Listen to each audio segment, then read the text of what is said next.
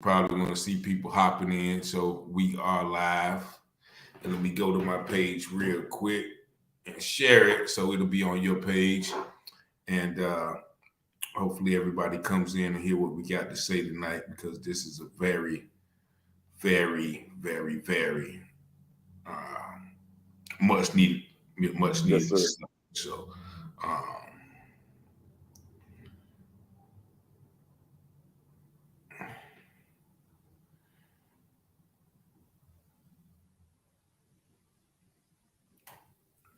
all right.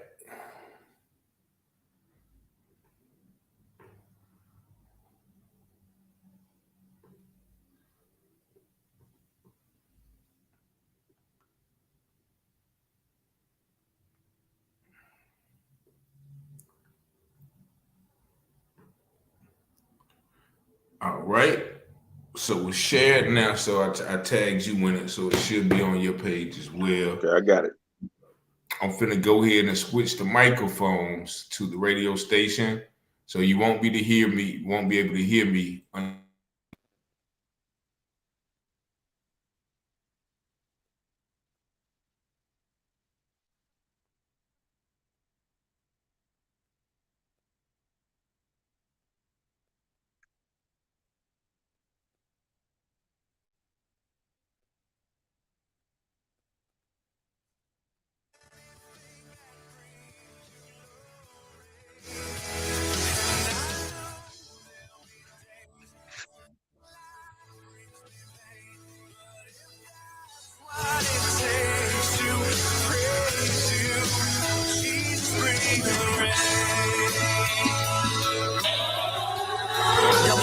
WBISLP 1069, Winterville, Ayden, Grifton, Southside, Greenville, North Carolina. I try to be a better man, but folks just don't understand. Trying to do all I can to deal with this addiction in me. Lord, I want to change. I can't stay the same with the sins that in my veins. It's trying its best just to kill me. Good evening, ladies and gentlemen. Welcome to the UTurn State, the show here on Awesome Radio 106.9 FM. I am your host, Richard Taylor, here with a very special guest today, my childhood friend, Rico McDowell. A lot of people know him as a scanner guy. So Me. pleasure to have you. How you doing tonight, sir? Good. How about you? I am doing excellent, man. And before we get into the show, I do want to pause. Make sure you go to our website, www.wbisawesomeradio.org. Also, go to the website to download all of our apps on the Google App Store, the Apple App Store, the Google Play, and also Alexa. Feel free to call in on tonight's show. Very interesting show, man. We're going to get right to it, man. A lot of people know Mr. McDowell, Rico McDowell, from our hometown of Goldsboro, North Carolina. He is known as the scanner guy because, for a while he had posted a lot of information about, having the right to listen to police and what goes on around the town. So first tell the people, I know we were just talking about it. How did you first get interested in the technology of scanning and being aware of the communications of the police? Say it for me one more time, brother. You broke up on me. All right, okay. I'm sorry about that. So first of all, everybody saw your video, your most recent video, where your Fourth Amendment rights were violated Right. by two members of the Goldsboro Police Department. Your vehicle was unlawfully searched. You hadn't done anything wrong, and if anybody hasn't seen that video, I ask you to go visit this guy's Facebook page, Rico McDowell, and see the violation of his rights. But before we get into that, because as you're known as the scanner guy, you've been listening and posting about information with the police for a while. What was the origin of you getting interested in scanning and listening to police operations over the phone? In 1993, I was a sophomore in high school at Goldsboro High School, and one of our classmates brought a ham radio to the school one day. And when he brought it to class, it immediately sparked my interest because I could hear people talking, but they were not physically with us. So I'm trying to figure out how is he able to do this. This is the time frame of CB radio and what they call ham radio. Okay. From there, I started. It's going to be a funny story now. From there, we started listening to people telephone conversations back in the 90s, in the mid 90s. You know, everybody had a cordless phone.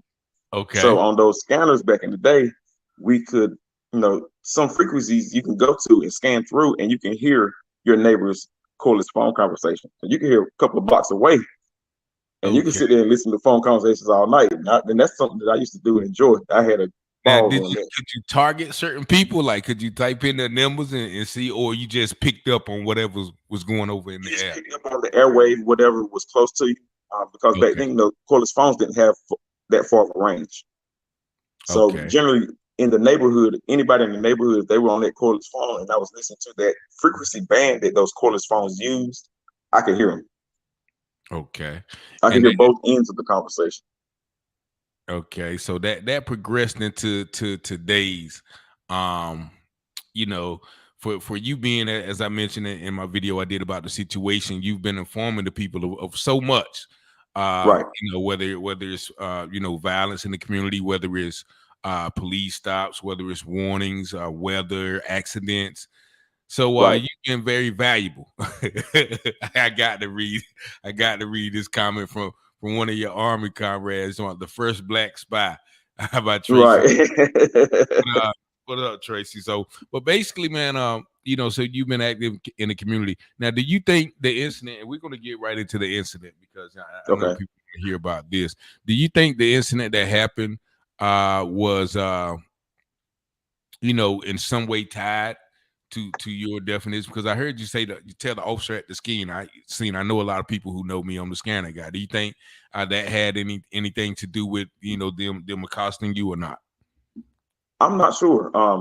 And I say that because I was simply just heading to the subway to conduct some business while I was on another delivery. So, and like I said, that night I had my scanners with me, so I didn't hear them mention anything about my tags or anything that over the radio. So I had no reason to even think that they were coming, you know, to have any issue with me. I just so happened to turn around while I was in the subway and I saw him outside of my vehicle, and I immediately said, something's wrong. You know, he's outside of my vehicle. Why? And that's when I started paying attention to him, and that's when I decided to go live. Okay, so and just give the people a backstory. You were actually, this happened what, about 4 or 5 days ago, if that? Yes, last Thursday evening. Okay, so now I got tagged in the post, so I'm getting I got the information, you know, in mid swing. So what happened before you went into the store? I was walking into the store. I saw the officer as he came up behind my vehicle because I was already out of my vehicle. And I thought he just spoke to me just to speak. So I spoke back and I continued on in the store. You know, everything was going fine. There was no issue. So I'm thinking, okay, when I turn around, just for some reason, I turned around, I looked out the window, I saw him around my vehicle. So I'm wondering to myself, okay, why would he be around my vehicle? I haven't done anything wrong. Something's not right here. So my instinct was to turn on my camera. And I don't know if you saw in the video, I told the lady in the video, I said, I'm not sure why they are here about me, but please keep an eye out for me because now I'm not feeling safe. Yeah, and I mentioned that as well. You know, I saw that you tell them that, you know, I don't know if they're going to harm me. I don't know what's going on. But right. Yeah, I definitely saw that. Now, at what point do you realize that they're searching your vehicle, or do you realize that before you exit the store? I did not know that there was actively, the K9 officer was actively searching my vehicle until I stepped out of the door. So you left your doors open? No, I left my doors unlocked. The doors were closed. Okay. But the van was unlocked. The van was unlocked. And so by the time you get your delivery that you're coming to pick up, you walk outside the store and the police are searching your vehicle. No addressing you, the person. No addressing you saying, "Hey, sir, can we search your vehicle?" "Hey, sir, come here, let me talk to you." Because I think the premise was, and it's funny, I ran into Officer Caps today. I don't know if you saw my live, but I ran into Officer Caps today, stopping a young lady right there on that hill by Seymour Johnson Air Force Base, and they've been doing this for years. I've been stopping on that same hill, right under the bridge. They hide down there, and I've been getting stopped on that bridge for 25 years. So I saw him, and he said, the premise was that you came across the parking lot pretty fast, which I can understand because you're trying to make deliveries. So, you're trying to get in and get out quick as possible. But he said whether, I think the other officer name was Graham, who said that, you almost hit his car or something like that. I never saw Officer Graham when I was going until I walked. When I was at the door at the subway, that's when I actually saw Officer Graham. I never saw him before that. Okay. And so even if let's say his assertion is correct, that still doesn't warrant him walking the dog around your car. And we're going to actually get into that as we talked about earlier about the police and the drugs and the things that you hear. Right. But so now when you get out the car, you're asking them questions, and what's their response to you when you say, why are you searching my vehicle? As soon as I asked him, Officer Caps informed me that the dog had hit for marijuana. Mm-hmm. So at that moment, I'm like, how? Because number one, I don't have marijuana with me. I'm doing a courier service. Uh-huh. So I became very angry in that very instant. Mm-hmm. Because now you're accusing me of committing some crime that I'm not doing. Mm-hmm. And that when I saw him, Officer Graham was actively searching the vehicle. Officer Caps never went in my vehicle that I'm aware of. I never saw him in the vehicle. He just had me stand away from the vehicle while Officer Graham did the illegal search. So now, and in regards to the search, I hear him say during the video, "Okay, well, you have marijuana in your car, sir." And then he says, "Well, you have a little residue in your car," and you keep asking him where, what, but he never gives you any indication of what he saw. What is he pointed to some grass that was on the floorboard beside the seat. Mm-hmm. I haven't vacuumed that van out in several months because I do delivery every day, 7 days a week. So I'm in and out of the van all day, every day. I'm in people's yards. I'm on dirt roads. I'm just literally everywhere. So I really haven't had the time. But he pointed out the grass clippings that were on the floorboard, and he stated that was marijuana paraphernalia. So even if that was true, right? Then and you even asked him, "Okay, well, take me to jail then." If Mm-hmm. you're gonna go through all of that by searching my vehicle, why I'm not being arrested? And I think that's when the officer he got kind of smart and was like, "Okay, nah, you're free to go. I'm not gonna. You're free to go." So of course, once again, I know you are irate. I would probably be irate as well because having your personal belongings just being violated like that would have me in the same state. So how did you feel after he says, "Okay, well, nah, I didn't find nothing, so I'm gonna let you go"? But when after I got both their names and badge number, Officer Graham seemed like he just wanted to dismiss me. I'm there on business. I'm not trespassed from the property. The store that I was at, they didn't call the police in reference to me. They never called the police at all. So just the fact that he tried to dismiss me angered me a little bit more so. But I don't know if you saw the video, me and Officer Caps began to have dialogue. Yes. And at a point I realized I need to calm down because my anger would probably create another situation outside of this one that could cause me some type of issue. I knew that they were in the wrong. I knew that the situation was being handled wrong. That K9 unit should not have been in my vehicle without my consent. If he had asked me for consent, I would have gladly gave it to him because I was not doing anything illegal. And once again, I'm kind of hard on police officers, especially in that situation. But into Officer Cap's defense, hey Felicia, how you doing? Hi Doug, hi everybody, Passion, everybody who's listening, I appreciate y'all very much. But in defense of Officer Caps, I can, give him that credit that he did speak with you. He did remain calm, because that's another thing that goes hand in hand. And actually, me and a lady and me and you talked about this, police and mental health. And Right. Once again, you've been very transparent about, your mental health, issues as far as like the depression, Mm-hmm. PTSD from everything. And we're going to get into that. So, and you described your actions that night as a mental health breakdown or I mental did. health meltdown, I think you said. Meltdown. Because Right. yeah, so what was the, I guess, the trigger? We talked about, people with mental health issues having triggers. What was the trigger That to day, that day was kind of rocky to start with. mm-hmm.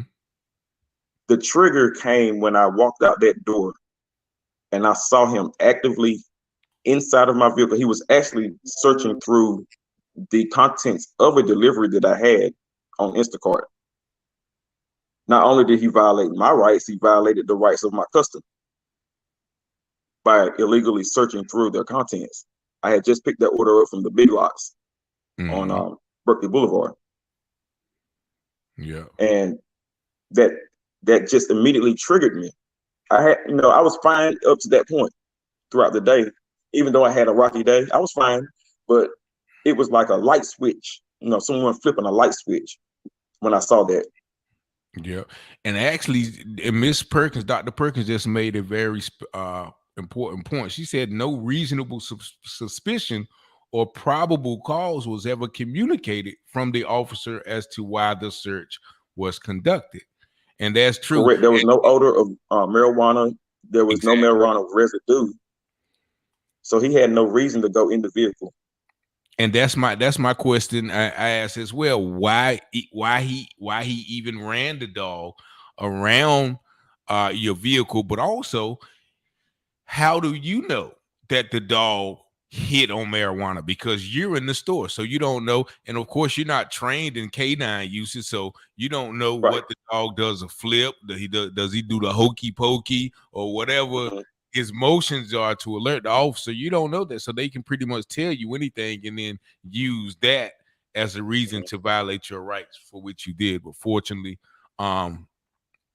they didn't, of course, find nothing, because I'm pretty sure that they just did that as an intimidation tactic. If he felt like that you had done something as far as like whatever, cutting them off or something. That's what once again Officer Caps tried to explain, that okay, well, Right. And in that situation, when they didn't find the marijuana, they turned it to another where he said I was, I guess, illegally parked and to okay, use a parking space, but yet there are no markings along that edge of that curve there that says no parking. You know how you go up to frontages of buildings that have the fire lane and it clearly marked no parking?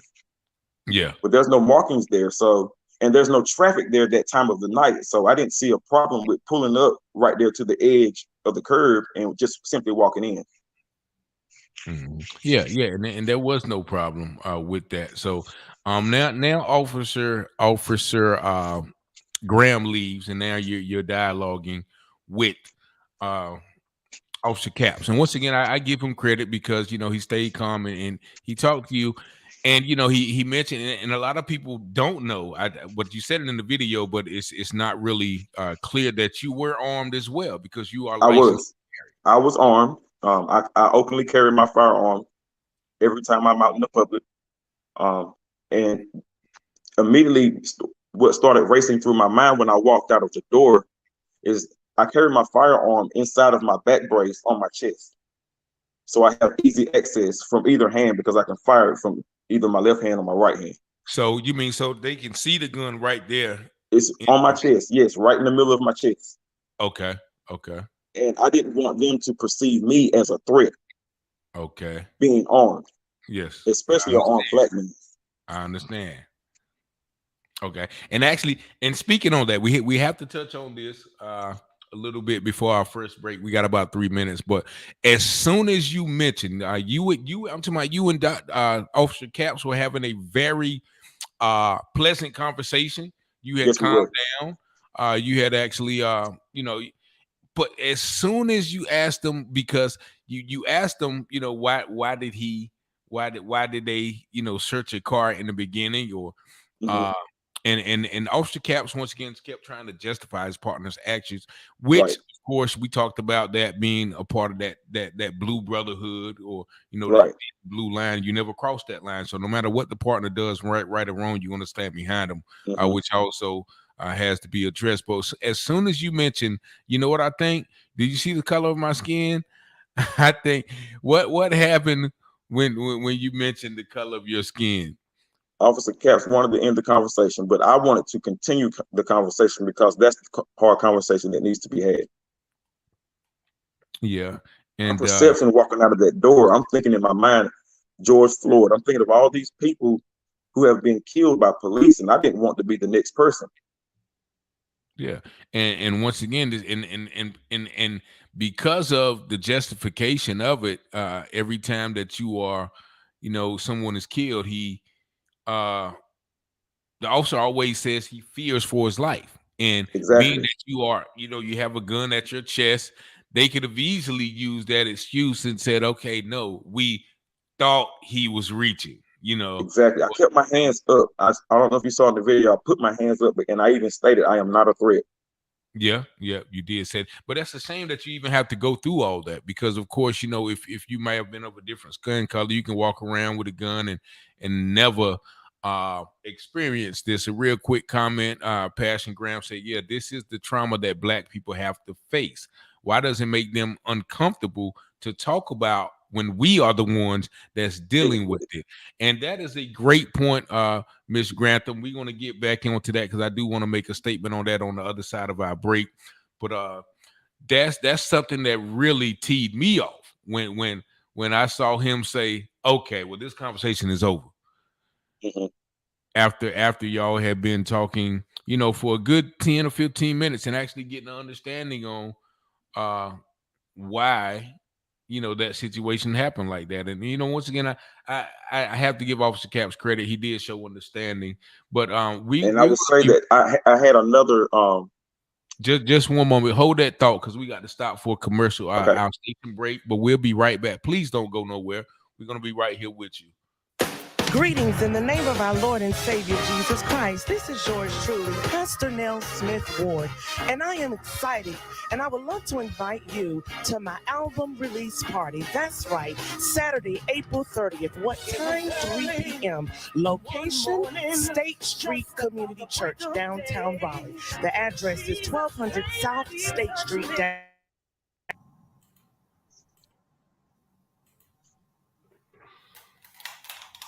Can you hear me?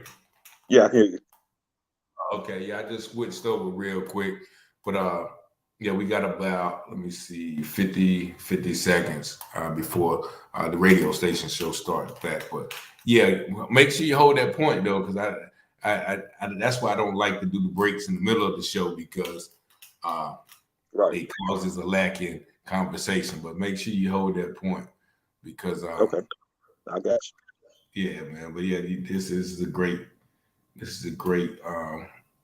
interview so far. Matter of fact, let me go. I'm gonna switch the y'all stay with us too on our social media too. I'm gonna switch back to the radio station so Okay. we'll be ready to start as soon as you come on.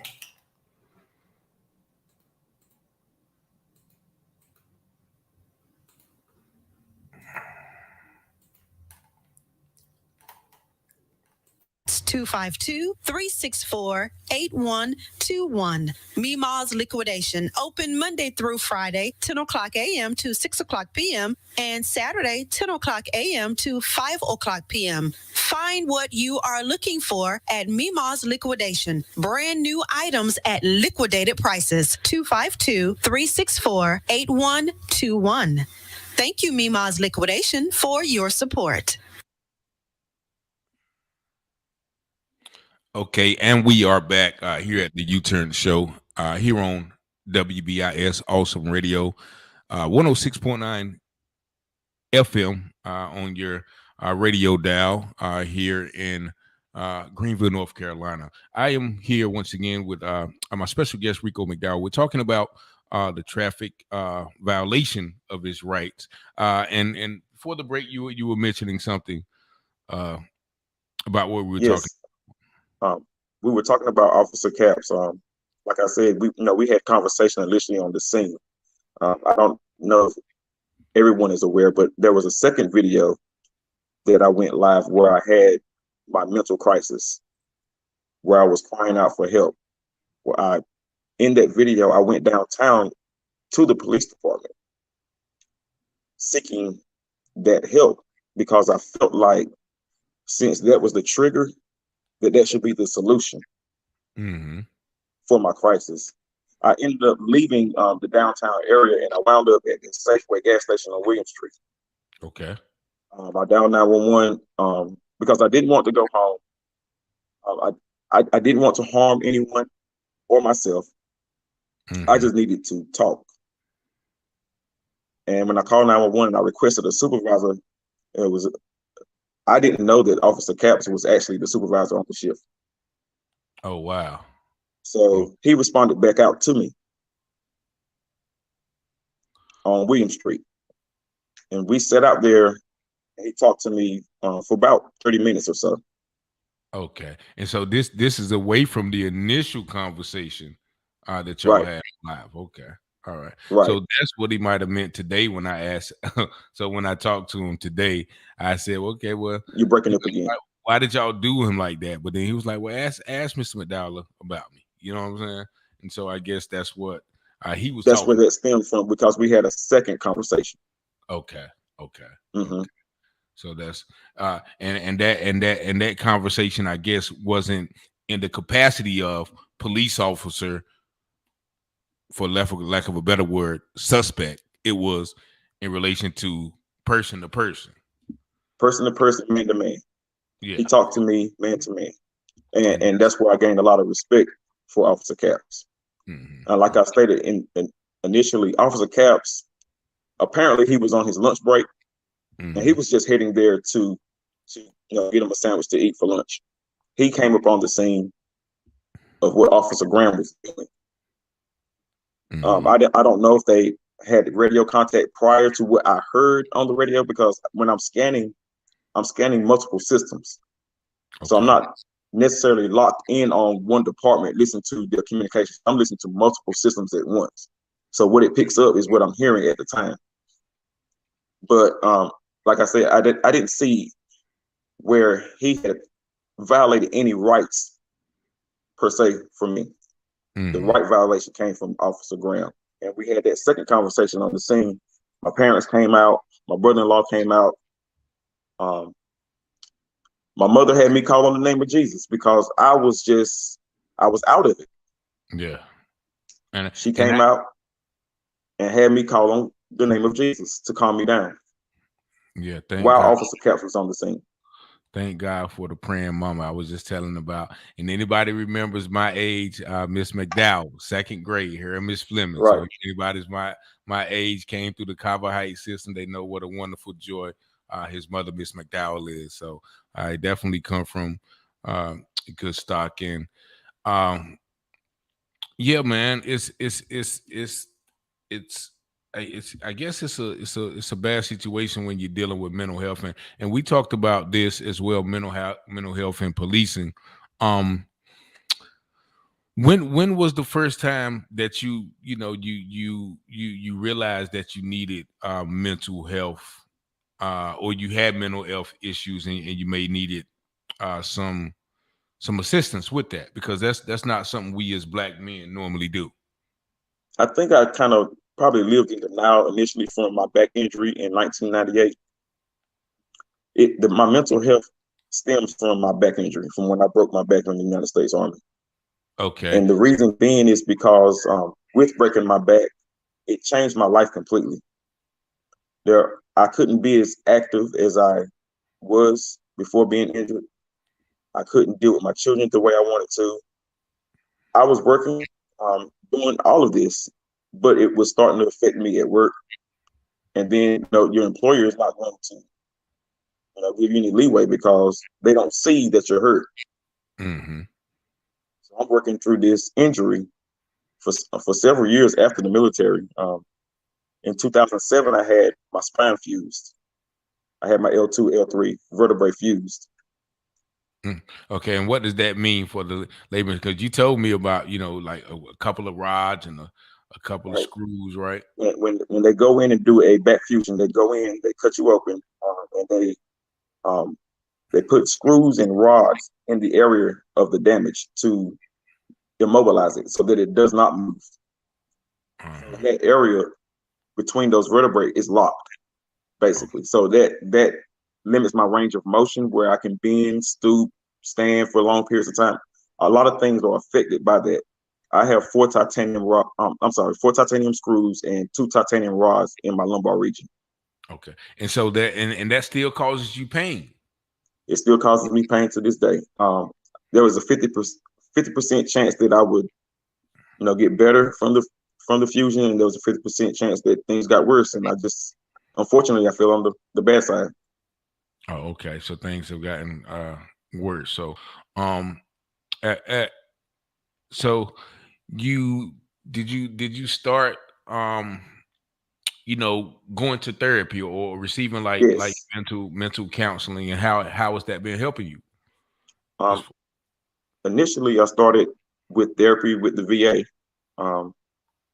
That seemed to go well. Then they had to switch me to medications. Okay. There was a couple of instances in my past where I tried to take my life. So I never knew that. Yeah, people are not aware. I can vividly recall one instance. I was on Wayne Memorial Drive on the bridge, and I was planning to jump.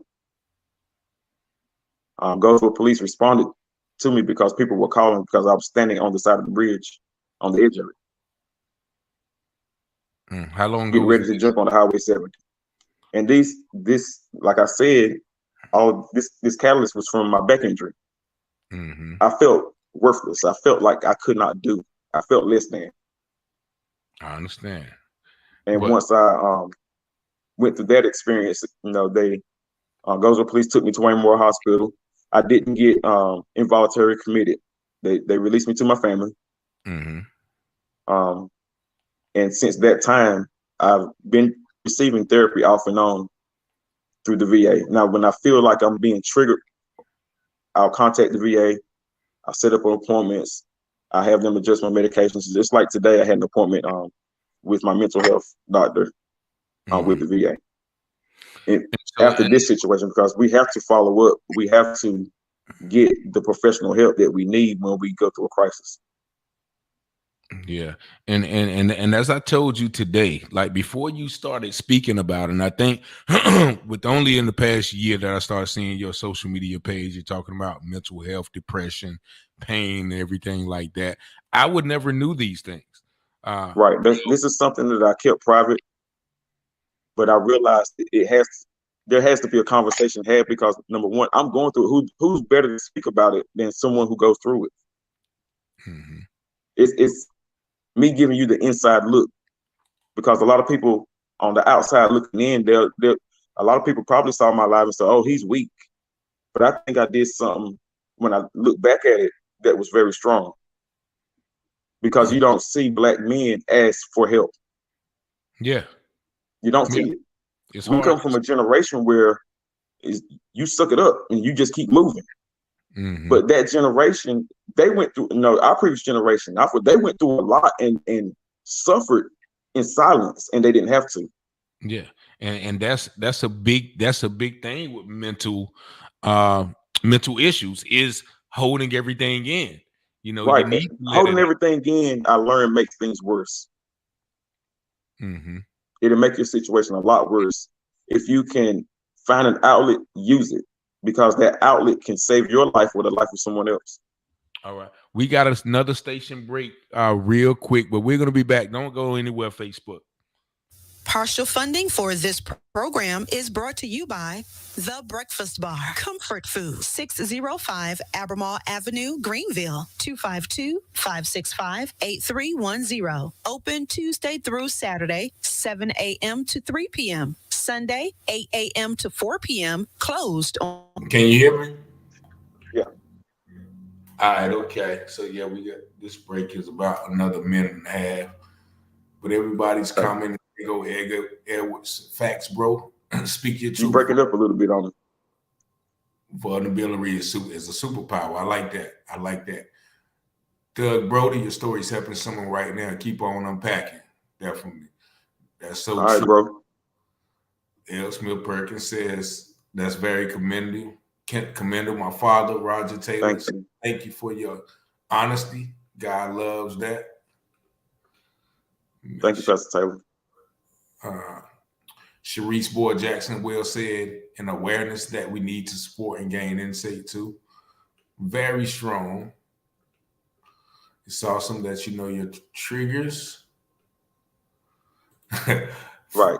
Felicia says, I guess you're talking about your mother. She is one of the most sweetest people you can ever meet. Definitely right. She gave me a lot of leeway in second grade when I should have been written up and sit home and got whoopings from my mom and daddy, but she kept my discretions private. Yes. Sharice Jackson, boy, awesome radio. I commend you again so much for sharing. I would love to meet you and shake your hand one day, sir. With a military background, often PTSD, often plays a part. I am a mental health professional and support your truths and success. So I'm going to switch right back to the radio microphone so you'll be able to hear me when the show comes back.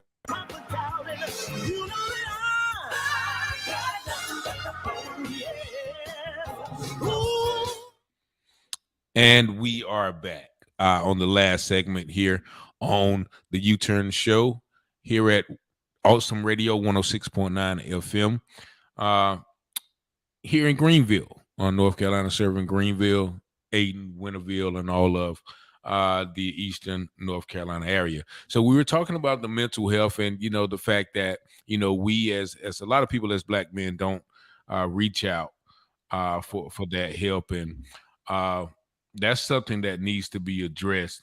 And I'm glad, as many people are saying, that they're being honest. You're being honest and sharing your vulnerability, as Mr. Edwards says, and as a lot of people also have commented. So what gave you the courage, you know, to be so transparent, man? Because I've been seeing it for a while, and like I said, I never knew. What gave you the courage to go ahead and, you know, start? I'm an open book already.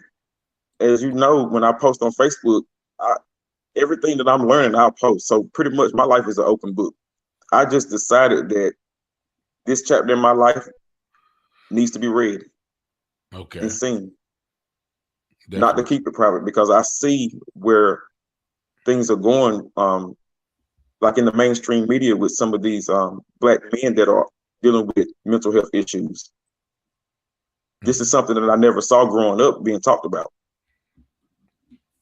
And being an open person, I like to learn from people. I like for people to learn from me. Mm-hmm. And that's what I wake up to learn something new every day, and I want someone to learn something from me every day. So from this episode, I know that actually you've been on sort of a I wouldn't say a tirade, but you've been speaking about knowing your constitutional rights. I think actually our brother city councilman Taj Polak asked you to come speak to his students at his school right. about knowing your constitutional rights and dealing with police. What would you say to the children, or even just the layman, everyday citizen, about, you know, knowing the rights and dealing with the police from your incident? You should take the time to look up the Constitution of the United States. I told you before the broadcast that I took an oath to defend the Constitution. So one thing in taking that oath, I decided to learn what those rights entail for me and my family and everyone, so that I know how to conduct myself, you know, constitutionally, especially when I was wearing the uniform, when it comes to the rights of people. And that same thing applies to police. I'm sure that they take some form of oath to protect and serve us and defend the Constitution and our rights. in that protection is the protection of our rights to freely speak, our rights to bear arms, our rights to go freely without being searched unreasonably, without probable cause. And that night, last Thursday, my Fourth Amendment rights were completely violated. Mm. And what do you plan, to do about it? I know you said you filed a complaint. How do you think, that's going to be handled? And who do I'm not sure how they're going to handle it internally. I have another meeting set up with the Goldsboro Police Department this Friday at 10 a.m. with one of the investigating sergeants. But I do plan to pursue this legally, just for the simple fact that my rights were violated. I took an oath to defend the Constitution of those same rights. So in taking that oath, I still honor that oath today. Oh, so and what to you're doing defend my right, that's what I'm going to do. I've been in contact with several friends. I'm just waiting to hear back. And if anyone has any information they can give me in reference to a lawyer, it would be great. All right. And so what was your perception of police before this incident? Because I know, from your past post of posting, police works, police operations, I almost, thought that you could have been a police officer. I've been listening to that system longer than most of those police officers been with the department. Okay. I have had nothing but the utmost respect for police. So I've had my run-ins with police. To be honest with you, I've had my run-ins, but still I respect the authority that they have. So did this situation change any of that? Not necessarily, because I can't let one bad apple spoil the bunch. I don't know what Officer Graham's reasons were for doing what he did, because we never had any dialogue. So, but from where I stand and the violation, I just can't let it be swept up under the rug. But if it happens to me outside of a camera, then what? Yeah, and like I mentioned earlier, in 1996, I was stopped coming home from work, Texas State House. I still remember the Officer Mo. If you listen, I still remember that night. You called it back up, but they kept me out. They searched my car. They gave me DWI tests. I was 18 years old, high school student, leaving from Texas State House, and I didn't have a phone. I didn't have, back then, 1996. Right. Did I even have a beeper? I think I had a beeper, but of course, so that night I would, they triggered me, and I ended up, after being detained for about an hour, them searching my vehicle, them asking me the same questions, them giving me DWI tests. After a while, I just snapped and ran. And when I ran, they caught me, they beat me, they said I assaulted them and all of those things. And I had to deal with that in court. And actually, I had to plead guilty because I didn't know. That was my first time. And you said something that when you were talking to Officer Capps about one day they took, and you licensed the carry. One day they took your Mac 11 from your vehicle because it was under one of your DoorDash bags or something like that. Right. That you were delivery for. Right. I was doing a delivery on Seymour Johnson Air Force Base. It was 2 years ago. Okay. And I know the law not to carry, to conceal your weapons. I don't have a concealed carry permit, so I've owned several firearms since being of age, and I've never had any issue. But that day I got to the main gate, they pulled me off to the side, which I found kind of off, but I didn't think anything of it. And before I knew it, I'm surrounded by military police and Goldsboro Police Department. They shut down the main gate. Traffic backed up Berkeley about 5 miles, and this all took the course of an hour or so. Okay. It was during the summer. It was hot. I remember it was hot. I was out there sweating. I didn't know what was going on, but they confiscated my weapon because they said that the delivery bag, in my haste, I had just left the Taco Bell on Ash Street. That's where I picked the order up from. In my haste, I just threw the order in the seat where my Mac 11 was sitting. Didn't think anything of it, and proceeded on to the delivery. It wasn't that I was trying to hide it or anything. I just threw the order over there and wasn't thinking. Because you're licensed to carry. Now, if that was me, I don't have a firearm. I'm a felon, so I'd have had to hide my gun. But there's no reason for you to hire. There's no reason for me to hide my firearms. I legally purchased all my firearms. Okay. And that day they confiscated the weapon. I don't remember the officer's names that was on the scene that day, but they told me that I could get my weapon back. So I'm thinking, okay, this is just a formality because of the situation on the base. Okay. I go to court, and I did plead guilty because I did not know the law at the time. So I'm thinking, okay, they're saying that the bag, which is true, the bag was on top of the weapon. However, the weapon is so large that it's still visibly seen. You can clearly see it. It's that large. And in court, the judge ruled that I was guilty of concealing the weapon, so they destroyed it. Okay, so you got a legal firearm. Once again, if you were trying to conceal it, then they wouldn't have been able to see it. I mean, so it's so large. There was no way for me to conceal it. Yeah. If they are, so when they came to the car, did they ask to search your car for a gun, or did they just look through the window and see the gun? Because if they could look through the window and see it was sitting in the front seat. So that means it's not concealed, right? Right. So there's that technicality we get in with this legal system. But I heard Officer Cap say, okay, well, next time if you ever accused of something, don't plead guilty. Fight it to the full extent of the law. But that's easier said than done. Like you said, exactly. You don't know, and especially us as we're not that familiar. If they're saying it's concealed, the judge says it, the prosecutor's going to say it, so you're against the system. All right, I'll just plead guilty. I'm not going to get no jail time. I'll just get the situation over with. Or you spend extra money because I heard you say you didn't have a lawyer because you didn't think you needed one. Look, it's my gun. It's legal. I wasn't trying to harm anybody. I was going through a DoorDash situation. And, just in my haste, I put the bag up there. I'm not a criminal, I assume. You don't have a bad criminal record if and exactly. So there's some leniency that should be set forth there as far as law enforcement or even the court case concerned. They should have never took your weapon. You weren't trying to harm anybody. So that's something that needs to discuss. Like you said, before the break, that a lot of people don't like to discuss those conversations.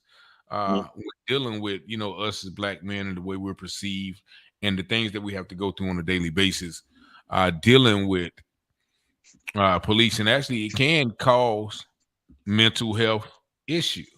Right. I think I've been stopped several times by police while I have my weapons in my possession, and I've never had an issue with them confiscating the firearm for me in the past. That was the first time that had ever happened to me. Wow.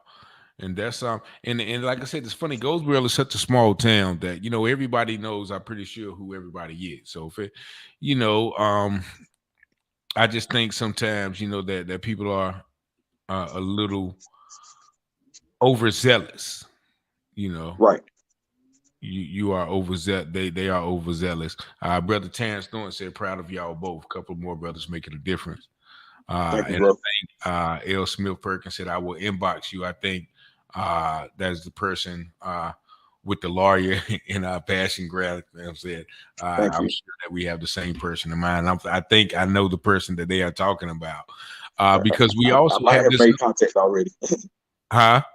I may have made contact with her already. Yeah, because we also have this situation, and once again, not to harp on the police, because once again, I know it's not everybody, but we also have this situation with another high school teacher, Mr. Anthony Williams, who was clearly assaulted on tape at a high school basketball game at the same school that he teaches science on and coaches softball at. So we have this sense of aggression, or this as I call it, Gestapo tactics. I know what Gestapo, being a military man, is. That just that aggressive tactic, that aggressive law enforcement, just like that they used that night on you. That's a Gestapo tactic. Okay, I'm gonna hurry up and search this man's car looking for a reason. And real quick, because I definitely wanted to hit this issue on.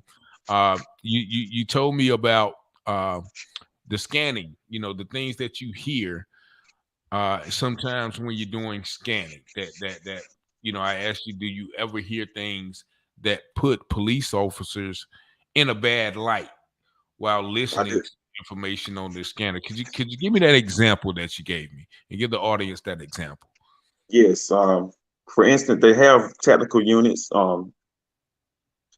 Like the police department has a technical unit, like the SECU unit, selective criminal enforcement units. Selective criminal enforcement. So that means right there, that means selective. So we select who we going to enforce crime on. Okay, but now that's a whole can be implied. Be implied, but they have technical channels where that they can talk on outside of the dispatch channel. And on those channels, I've heard things where I've heard officers, I don't know if they were joking or if they were serious, but it could raise questions from the average citizen. I've heard them say things to the effect of they want to have a chase, a foot chase, or one of them. One night we heard say that they were full and their leg was hurting and they didn't feel like chasing someone very far, or they wanted to hear get some shots fired calls so they can get hits off the system, the shot spotter system, to deal with that. But there are things that you do hear that they don't think that we hear. They have the system set up where they can encrypt their communications. Sometimes that encryption is on and sometimes it's not. And so you can hear some things that may put them in a questionable right. In because I know that you said okay, and a lot of those are with the once you said selective crime enforcement, but I think the first phrase you used, like with the housing authority. Housing, right? They have a housing unit, a group of officers who just work the housing areas. Okay, and the group of officers that work the housing areas, and let's just make it plain, the projects where a lot of black people stay. Let's so they got these officers who are going out there looking for action. I think one said, I hope we get some action tonight. Right. And one example I gave you earlier was like when they're looking for probable cause to stop someone, they can be following you for hours and you don't know it. But they're looking for you to have a traffic infraction to give them reason to stop you for whatever they already monitoring you for. It could be as simple as a window tint violation, or you're not completely stopping at a stop sign, going 2 miles over the speed limit. If you go over the speed limit by 1 mile, you're breaking the law. Exactly. And that's I always tell people that when I get speeding tickets, like they say, oh, okay, how if the speed limit is 35, nobody goes 35, everybody's going 40 or 45. At what point does over the speed limit become speeding? So that's up to the discretion of the officer. Right? And so that's what gets me when people say, okay, you shouldn't have been speeding. Or, people speed all the time. It's what the officer decides to do. People go, I'm driving down the highway. The speed limit is 70. Everybody's going 85. We pass a state trooper and nobody gets pulled. You know what I'm saying? But logically, he has the right to pull everybody. So there is certain discretionary, and that's what I try to point out to people. There are certain discretionary tactics that can be used or neglected. They can show leniency to whom they want to show leniency to, or they can, be harder on those who they want to be harder onto. So there has to be some kind of uniformity in, once again, the prosecution, the targeting or selection, and most importantly, from your conversation is that there needs to be have a conversation. I know one officer, I think you mentioned, no, that might have been another person I was talking to about the situation, but I know, a lot of officers don't like to talk about, the issue of race and policing, or also not even race, the abuse of authority. So and this is a public call. I admonish, I seek out any police officer in Goldsboro, any deputy sheriff in Goldsboro who wants to have this conversation with either myself, the community, as or even Mr. McDowell or anyone, if you want to come on this show and answer some questions set forth by the community, reach out to me. You got my Facebook page, because this is something that has to be addressed if we want to rectify the situation. I got about 2 minutes live on the radio, but we're probably going to still keep the conversation going. Is there anything you want to say to our radio listener audience before the show ends, Mr. McDowell? I tell people all the time, learn your rights, learn your constitutional rights. If you don't know them, sit down and read the Constitution, Google it, put it in the Google search. It'll pull up the Constitution of the United States and read those articles and those amendments. And also, if you are as curious as I am, go buy a police scanner, have it programmed, and then you can monitor police operations yourself. Okay, and that's a word of advice. And also, real quick, if anybody who hears this on the radio wants to reach out to you concerning some legal assistance to help you provide justice, how can they get in touch with you? They can reach me directly through Facebook. My name is Rico McDowell. You can just search my name on Facebook and you can inbox me there. Okay.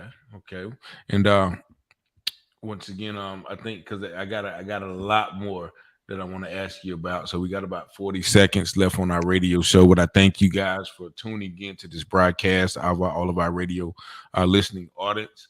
And if anybody hears this, and of any officer who's willing to come and speak about some of the things that we talk to about or address these situations, please let them know that we are open to dialogue, because this is an issue that I've had happen several times. But once again, we thank y'all guys for listening. Make sure you tune in. This has been the UTurn Show on WBIS 106.9 Awesome Radio. See you next week. Partial funding for this program is brought to you by The Insurance Gap, filling the gap. Okay, but we're still live on Facebook. Let me turn the radio down. Can you hear me? Can y'all hear me? Yes, I can hear you. Okay. So a lot of comments. Dave Weaver said, "Hey brothers." Doug Brody said, "I was told by the judge a paper clip on a rubber band in someone's pocket is a concealed weapon." Yeah, and that's right. And that's the issue that I had with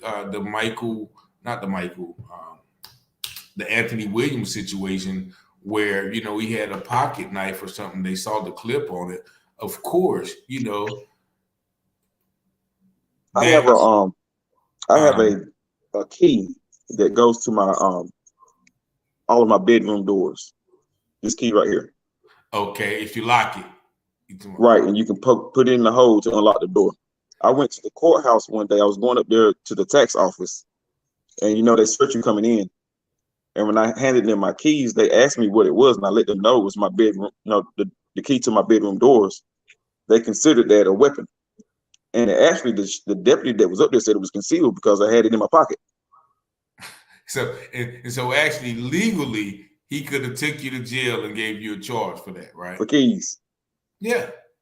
And so those are the tactics that need to be kind of relaxed, I would say. Right. So how was the complaint do you think was received when you went down there because I know you did a video from the station the next day. How do you think? I just filed a written complaint that day. But the end of this week on Friday, I will go and give them a verbal statement. Okay. And you're going to be meeting with members of the Golden Police Department. Now, who is the police chief right now? Tim West. Oh, Jim West. Is it Tim West or Jim? Tim West. I think that's his name. I think I've met with him before. Now, is he originally from here? I'm not sure.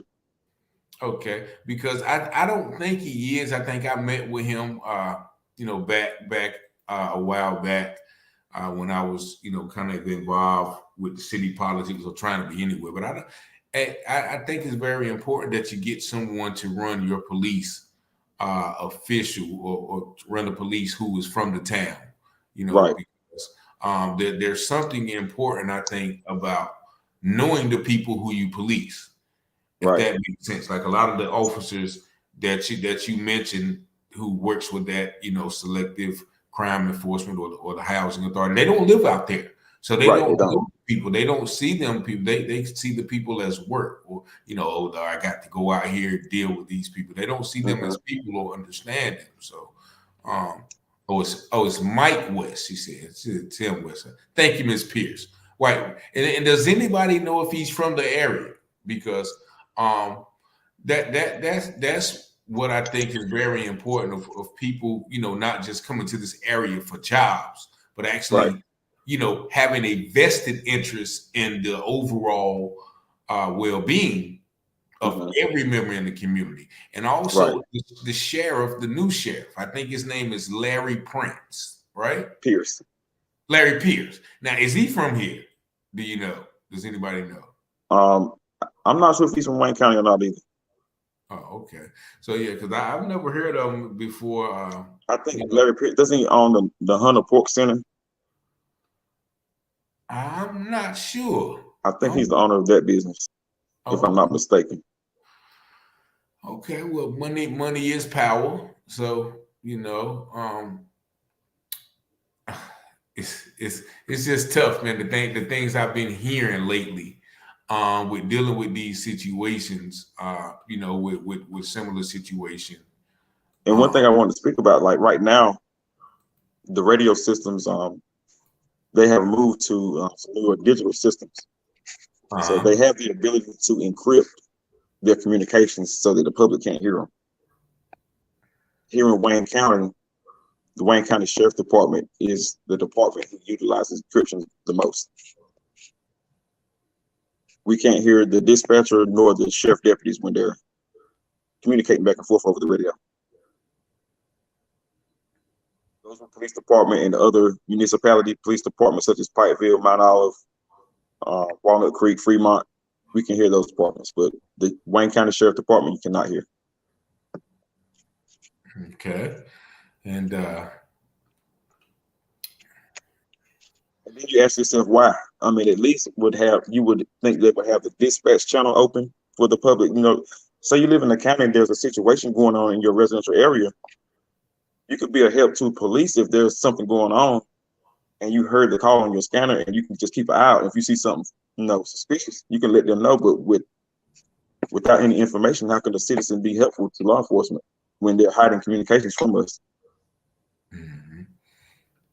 And so would you say, because once I noticed, like I said, a lot, whether it was a chase, or would you say when using the scanners, would you say you were actively trying to help the police or the public, or both? Both, to be honest, because when I used to make posts about what was going on in the community, it wasn't to shame people or to hurt the reputation of anyone. I just wanted to inform people of situations that were going on in any given area. So number one, you can probably avoid the area and keep yourself out of trouble. And just let the general public know what was going on around us. We have the right to know. To be alert, it says stay alert, stay alive. Stay alert. And by being alert, that means knowing your surroundings, knowing what's going on around you. Not just in your immediate area. I mean, the whole city. You need to know what's going on. And so you mentioned you don't post that much anymore. Why is that? And I've noticed that too. I stopped posting things such as shootings and like that because number one, I didn't gain any value from it. And then I thought about it. I said those posts bring about a lot of grief to people. I got tired of posting about the death of people. When I would hear these calls come across the scanners, many times over, people will start inboxing me saying, "Who is it? Who is it?" And I've always stressed to people when they're communicating over the radio, they don't use people's names. They don't know who they're going to assist when they have a call. So they use terms such as subject or suspect. So that's all I know. But then when I see the news and I found out that the person shot was someone I knew and was close to, I'm like, oh, wow. It kind of makes you think like, I wish I hadn't posted that about this situation or. Yeah. whatever the case may be. But if it's something like major that involves public safety, I might put it up, like a bad accident, letting people know this bad wreck on 70 is backed up for 3 miles. Y'all probably want to avoid the area. I'll probably do that from time to time. But I'm so busy now that when I'm listening, I'm not really paying attention. But there are times that I just sit there and listen to it. Yeah.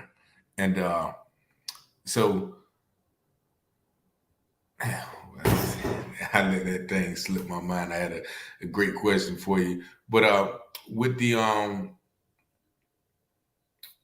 cryptocurrency, how did you get involved with that? I initially got involved in the stock market in 1995 while I was managing McDonald's on Wentworth Drive. Mr. David Chestnut had advised me when I became an assistant manager to buy some McDonald's stock. And at that time, I'm 18 years old. Yes, his dad was a barber, Mr. Chestnut over there in Webtown. Okay.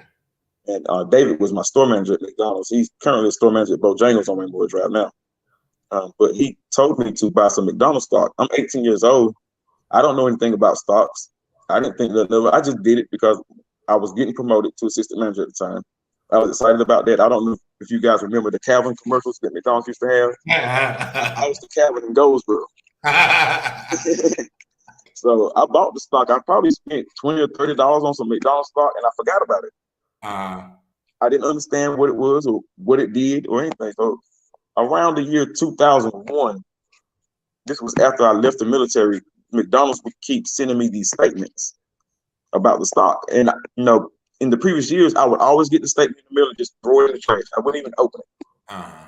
And one day I decided to open the envelope to see what was in it. So, and I know when I looked at the net value at that time, I think it was around $4,000 or something. But I knew I had not put $4,000 into that stock. Mm-hmm. So it piqued my interest. I said, well, where did the rest of the money come from? So that's when I jumped in and really started diving into the markets and learning the markets. Now, when I got into cryptocurrency, it was about 3 years ago. Okay. I saw, while dealing with the stock market, when people started talking about crypto, I saw the returns people were getting, and they were getting them pretty fast at that time. That's when the market was pretty bullish. And I said, well, I want a part of this. I need to get in on this because the stocks are sitting here stagnant. The price stays around the same price. I'm not getting no return. I probably get a little dividend, a couple change here, pennies there. But when I saw that crypto and I learned about Bitcoin, I was all in. Okay. I was all in. All right. So how do you, because a lot of people are still dragging their feet, or some people are kind of old school and they don't want to try. How do you try to break that mentality of getting people to think outside the box? Because I see you screaming with the bullhorn, every day on Facebook. Right. But a lot of people are still closed-minded to it. Right. Well, let me say first, I'm not a financial advisor. This is not financial advice. When you get into any type of investment, you're taking a risk.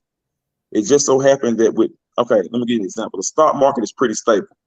If you buy some Amazon stock, some Apple stock, some McDonald's stock, you can pretty much be rest assured that whatever you put in, if you put $3 in there, it's going to remain around $3. Mm-hmm. But with cryptocurrency, it can go way up high, it can drop way down low, and go everywhere in between in a matter of minutes. Yeah. So the market in the crypto space is volatile, but you got to have patience. A lot of the currencies that I'm invested in are long-term investments. Okay. So it's pretty much like what I did with the McDonald's stock. I bought some and I'm gonna forget about it, and then I'm gonna come back in 5 years and look at it and see what happened.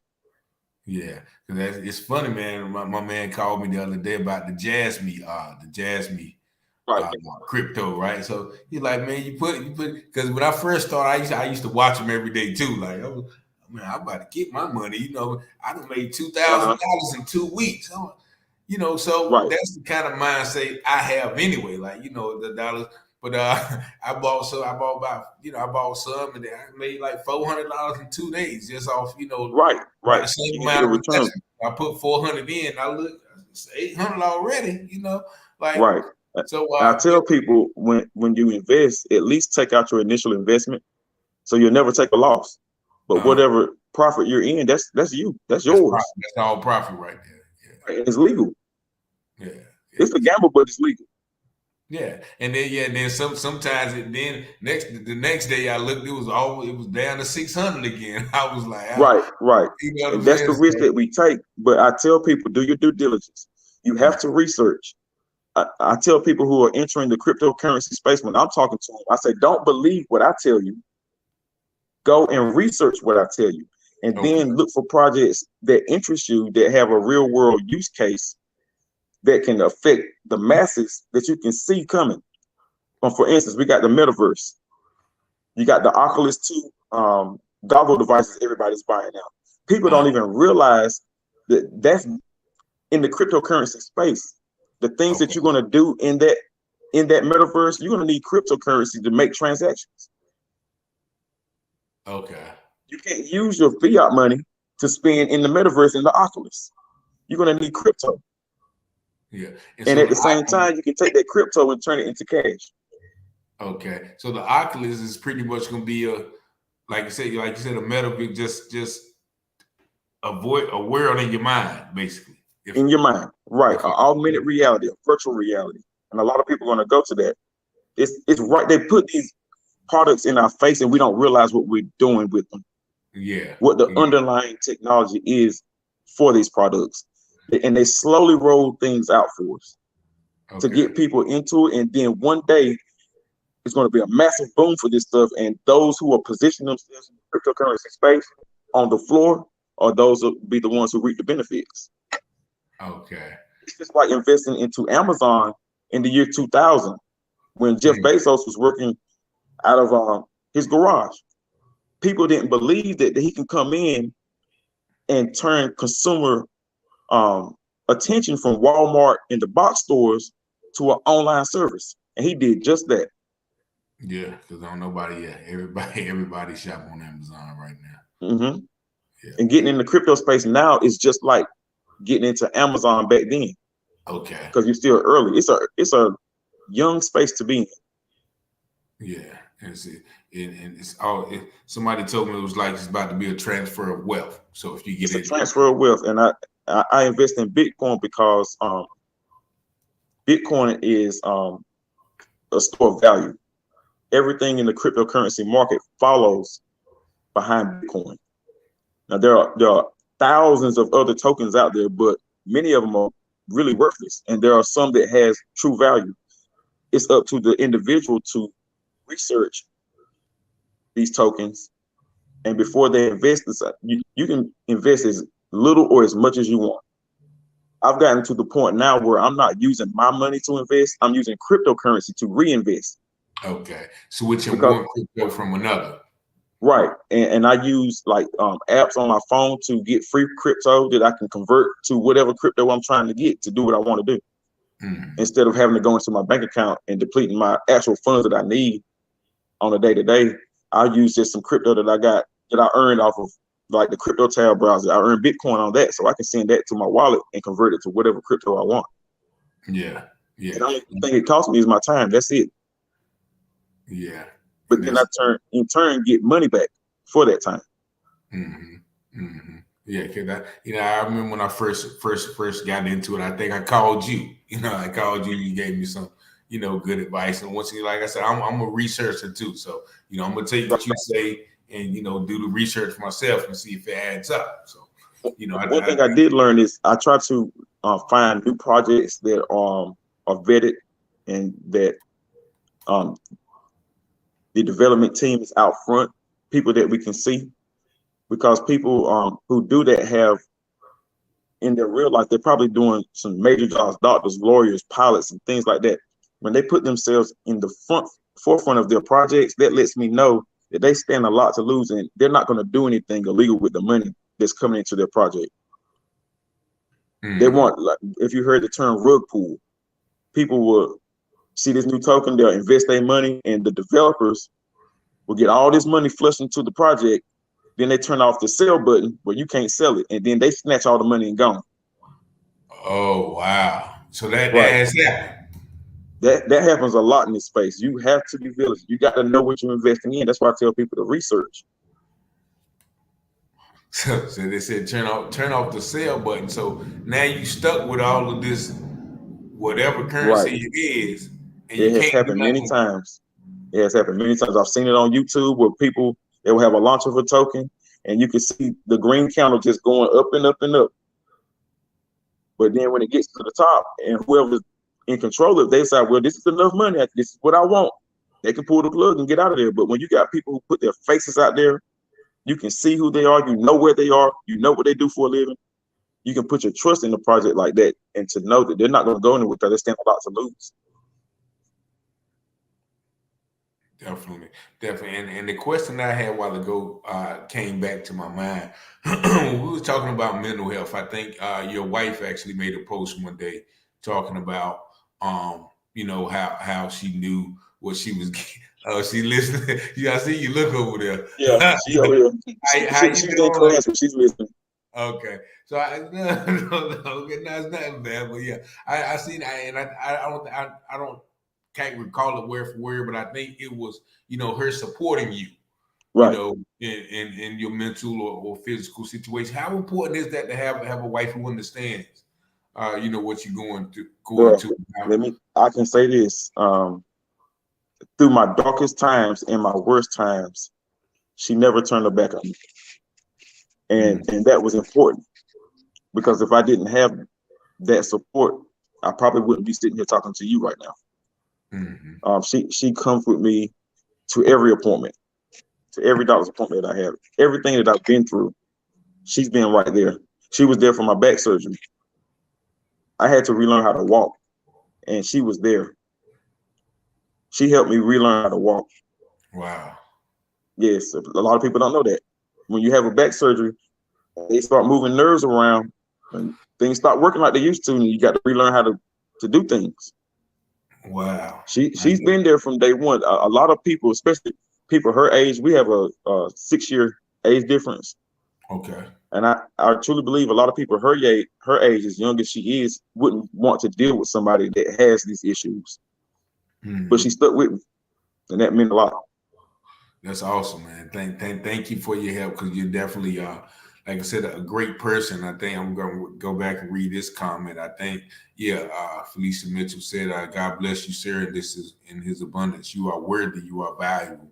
And most of all, you're a strong man of God with a purpose. I think, and that was when, I think you was speaking about, at the point of, thinking about, taking your life, which once again, a lot of people are not willing to admit. But of course, I've done it. Yes, I have, and that's just something. And that's another thing. Suicidal thoughts. You can be taken into anything can trigger someone dealing with mental illness and put them in that place. And I've been in that place. I've been there several times. That one example I gave you, when I went to the hospital, actually, I came in contact with one of my classmates that was working at the hospital. And in my crisis, I didn't know. I wasn't thinking that I'm going to actually come in contact with somebody that actually knows me while I'm in crisis. And she was a major help to me at that time. Wow. It was.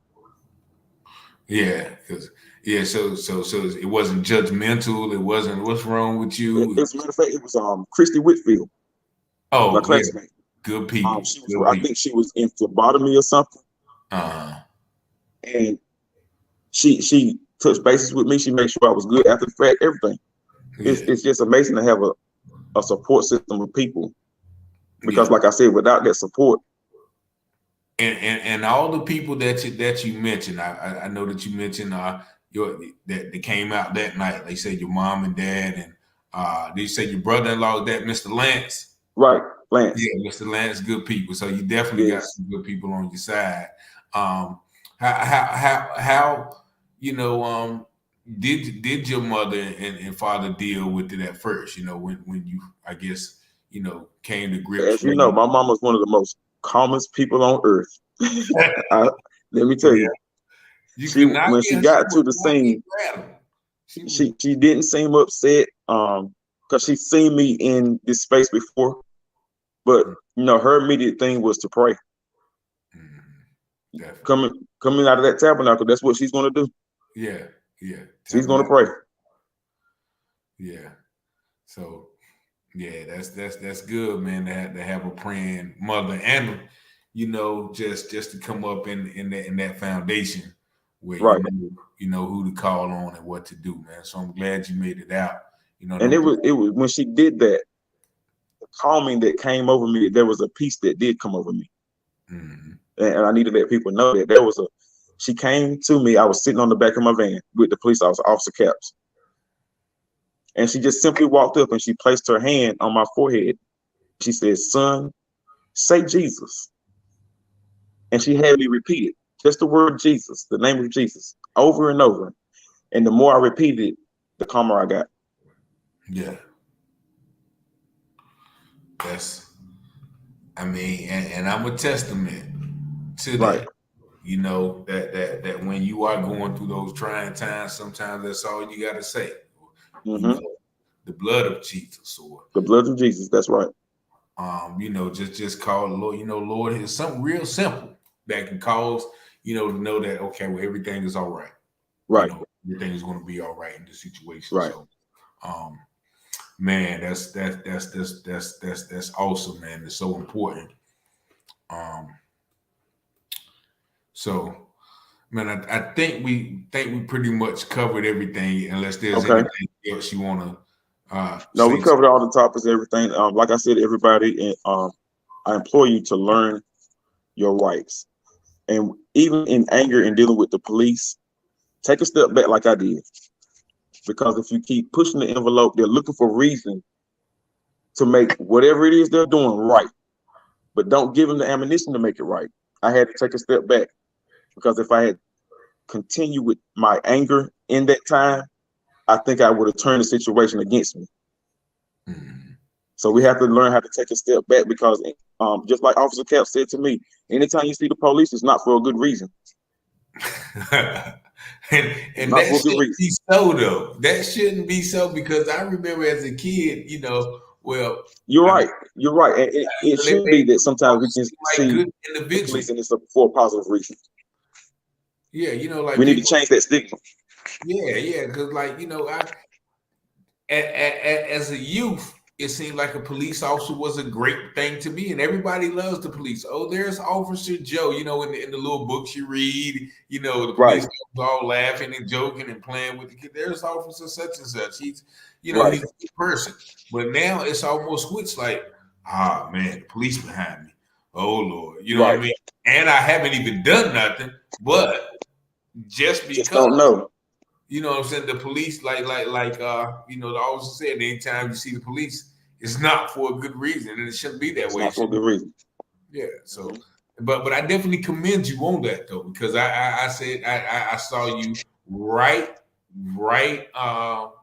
Was it before or after? I think it was right after he didn't want to talk about the race. I think you that's when you apologized to him. You said you apologized for the way I acted, you know, and commended him for being calm in the face of, you know, your anger, you know. But once again, people know, you know, and that's another thing. Like, police officers must be trained to know how to deal with somebody, or even recognize somebody who's in a mental health crisis. I think a lady who I work with, she wrote a book called Simply De-Escalate, which I helped her publish. But she talks about, you know, simply de-escalating the situation, staying calm in the face of a person who's having a mental health crisis. And that situation for you, not because of anything you did, but, you know, because of the, you know, the police and his overzealousness caused you to go into a mental health crisis. Exactly. You know, they weren't called to the scene because you were having a mental health crisis. Their presence caused you to have a mental health crisis. So, that's something that needs to be, once again, addressed. Whereas, you know, we have officers who understand, and I, you know, once again, I have to commend Officer Caps. Maybe he did understand. All right, this is you know, this guy's just irate right now, so I'm going to remain calm and, you know, try to. He was a great example of a officer using de-escalation tactics, I would think. Okay, so if anybody want to go see that, and if anybody wants to, you know, learn how to de-escalate that, and that was because he never, you know, he never challenged, he never matched your energy. What I say, he never did, because had he did, it could have been went a whole nother way. It would have went even further. Yeah. He never Right. matched you. So, but I commend you, man, for being vigilant in your quest for justice, but also your quest to defend the Constitution. Right. And this is defending the Constitution Yes, by it is. protecting those rights. And I like the way you put that. I Exactly. took an oath to protect the Constitution, and this officer's behavior is violating what I took an oath to protect. So That's exactly right. we definitely need more people like you who are willing to, stand up for those morals and values that this country is supposed to be predicated upon. Right. So I definitely thank you, for just your testimony, your story. And is there anything else that you want to share with our No, that's pretty much it, bro. I appreciate you having me on your show. Yeah, man. I thank you, man, for taking the time out. And like I said, I'm gonna be in contact with you because I think there's some other people who want to hear your story and know what goes on in this city at times. So I'm gonna definitely be reaching back out to you, man. And I think I gave you the date, so just let me know if you can make that date.